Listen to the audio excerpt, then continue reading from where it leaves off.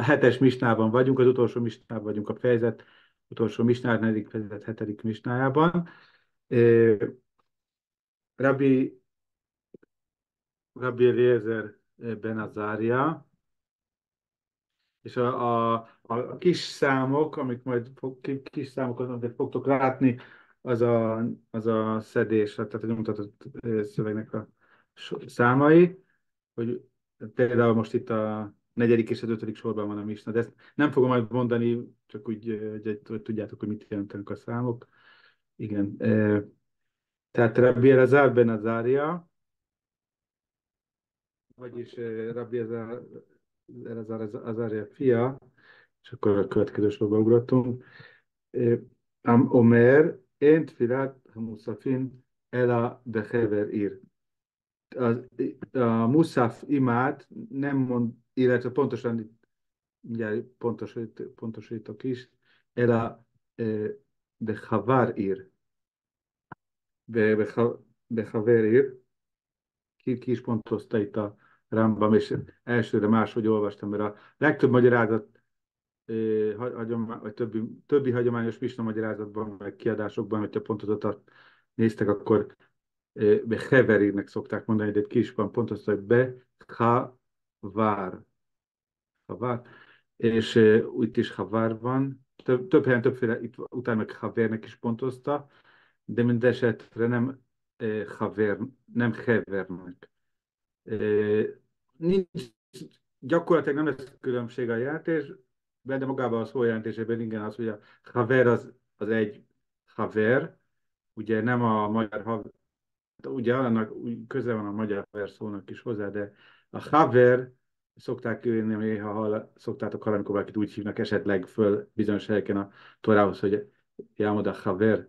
Tehát a haver ez egy bölcs, a Tórának az egy bölcs emberéről van szó, aki ilyen, hát úgy szó szerint barátja, de elért már egy szintet, tehát egy bölcs. A hever az meg mondjuk egy társasága a haveroknak.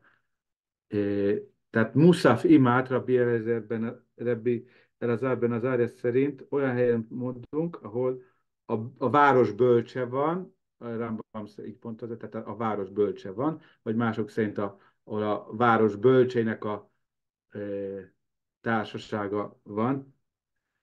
Tehát nem mondunk egyedül, mind a két értelmezés alapján nem mondunk egyedül muszáfot. Mi nekünk nem ez a gyakorlati halak, amit ismerünk, hogy ne jegyetek meg, majd mindjárt jön a másik vélemény.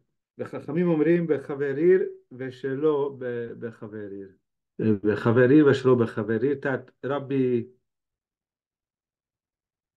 és a bölcsek szerint akkor is, hogyha van jelen egy ilyen haver, vagy akkor is, hogyha nincs jelen haver, tehát függetlenül attól, mindig mondunk muszáfot, függetlenül attól, hogy most vannak ott bölcsek, vagy nincsenek bölcsek. És Rabbi Yehuda Omer, Mismo, a Rabbi Yehuda azt mondja a nevében, kinek a nevében, Rabbi Elazar ben Azáriának a nevében, tehát most megmagyarázza azt, hogy értette Rabbi Elazar ben Azária azt, hogy csak olyan helyen mondunk muszáfot, ahol van haver.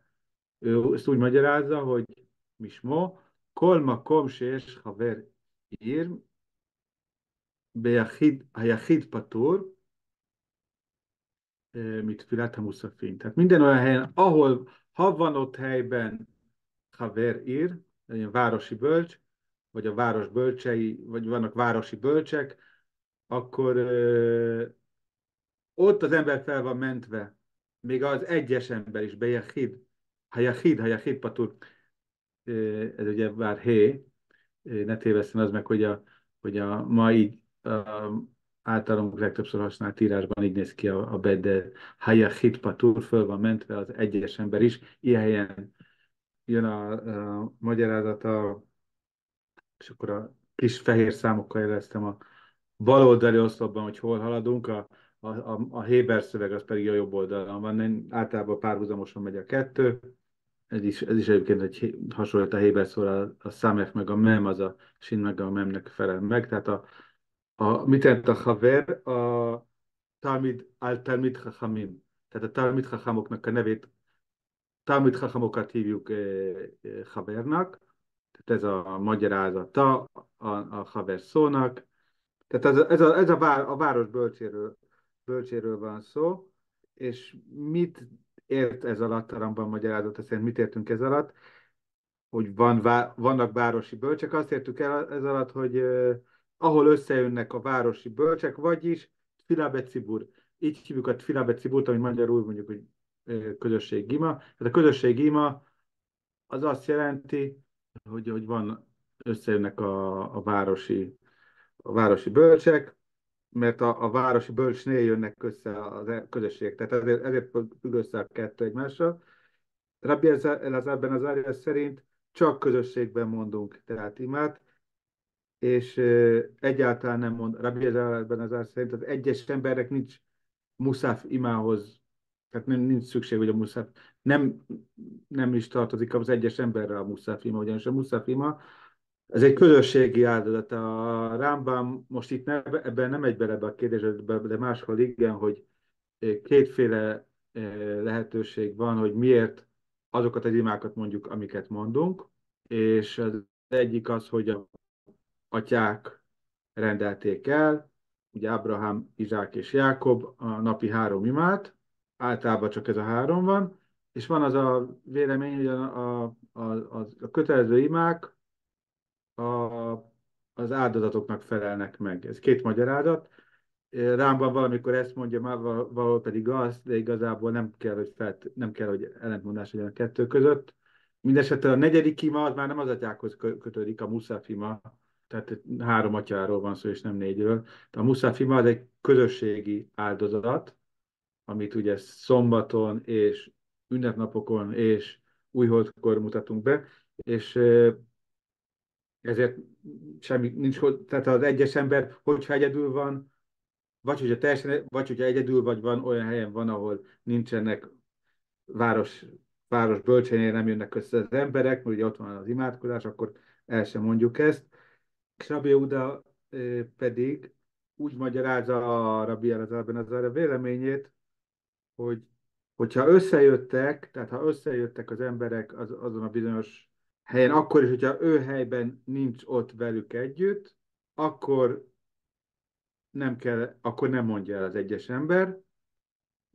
Tehát nem attól függ, hogy ő most egyedül van, vagy nincs egyedül, hanem azon a helyen, ahol ő van, akkor most van-e összejött a közösség, vagy nem jött össze a közösség, és halacha ke chachamim.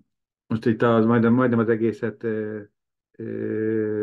csak arab szavakkal magyarázta, itt nincs is, ha látjátok a nyomzatot, bennem is szerepel hát volt az elején a Talmid Chachamim, meg megmagyarázta meg a Yachid szó is szerepel benne, de maga a magyarázat az arabul volt, úgyhogy én meg most magyarul mondtam.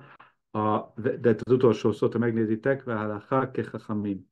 A bölcseket követi az elfogadott vélemény, és mit mondtak a bölcsek? Még egyszer emlékeztető, tehát a Rabbi Elazar ben Azariah mondta azt, hogy, hogy nem mondja, egyes ember nem mondja, és a bölcseik, Hamim Omrim, itt most mutatom a kézzel, ugye gondolom látjátok a kurzort, Hamim Omrin, azt mondják a bölcsek, hogy így is, meg úgy is elmondják. Tehát akár van közösség, akár nem, és gyakorlatban ezt a halakát követjük mi is, úgyhogy hogyha valaki valamiért nem tud eljutni közösségbe, akkor ugyanúgy, és nem is olyan városban, vagy nem is olyan településen van, ahol mondanak imát, akkor ő is elmondja, és hát végül is csak ennyi akkor a mai misna tanulás, és legközelebb pedig új fejezetet fogunk kezdeni.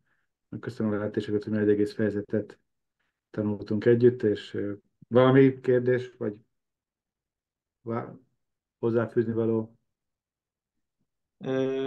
Hát talán csak röviden, hogy azért van valami nafkamina azért ebből a véleményből is. Ugye ott a Rosh Hashanah, Meszeket Rosh Hashanah a végén ott elég sokat tárgyalja azt, hogy mi van akkor, hogyha az ember nem tudja elmondani a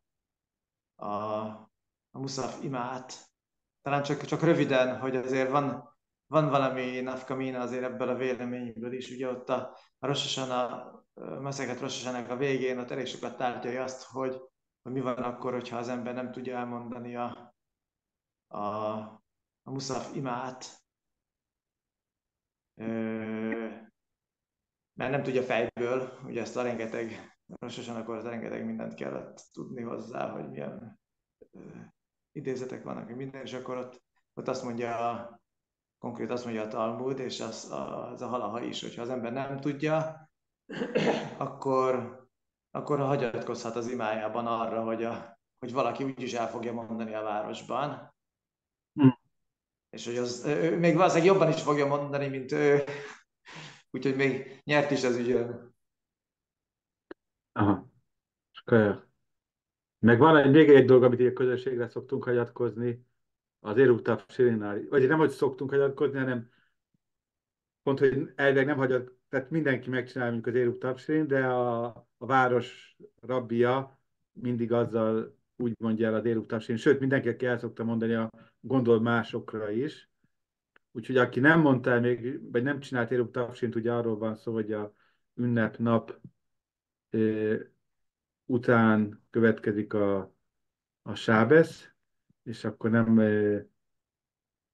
ugye sábeszkor sose főzünk, nem szabad főzni sábeszkor, de ünnepnapon arra a napra lehet, viszont másnapra nem készülünk, és akkor ilyenkor elkészítünk még az ünnepnap előtt, Jantev előtt egy ételt, és, és ennek ugye az érő az azt jelenti, érő szó szerint összekeverést jelent, tehát összekeverjük a hétköznap között, tehát összekapcsoljuk ezeket a napokat, ezáltal az itt elkészített étel által, és ott is a másokra is gondolva csinálja meg az Éruk Tapsirint az, aki megcsinálja, és ha valaki elfelejtette, akkor hagyatkozhat a városbölcsére. Mondjuk ez nincs, kevésbé van köze, mint annak, amit te mondtál, csak így eszembe jutott ez is, hogy Olyan. akkor további jó tanulást, és Köszönjük mindenkinek, és jó Hátszmautot. Skaja, sziasztok! köszönöm szépen, és reméljük, hogy jövőre, sőt, már most Igen. már teljes megváltás, hogy ne kelljen már a népek jármát alatt szenvednünk így sehol. Na, sziasztok!